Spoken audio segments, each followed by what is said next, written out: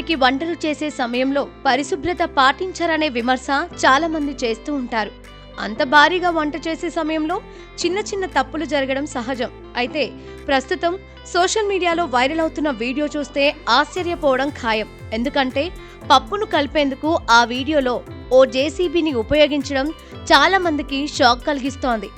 అలా వంట చేయడంపై నెటిజన్లు విమర్శలు గుప్పిస్తున్నారు.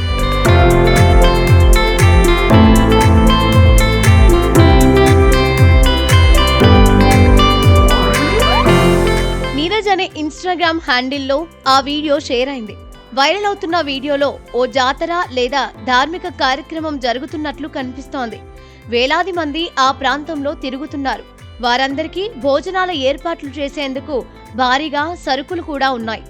ఆరుబయట ఓ భారీ కుండలో పప్పు తయారు చేశారు.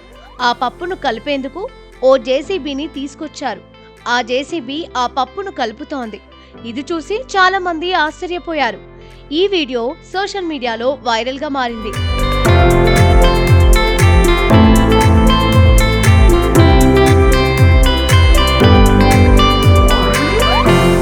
ఈ వైరల్ వీడియోపై నెటిజన్లు ఆందోళన వ్యక్తం చేశారు.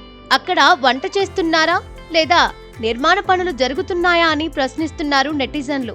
ఇంత పెద్ద ఎత్తున పప్పును తయారు చేయడానికి ఈ పద్ధతి సులభం కావచ్చు, కానీ పరిశుభ్రత గురించి ఆందోళన చెందడం సమంజసమే అని మరొకరు కామెంట్ చేశారు. ఈ యంత్రాన్ని ముందుగానే శుభ్రపరిచి ఉంటారని మరికొందరు సమాధానాలు చెప్పారు. మొత్తానికి ఈ వీడియో సోషల్ మీడియాలో వైరల్ గా మారింది.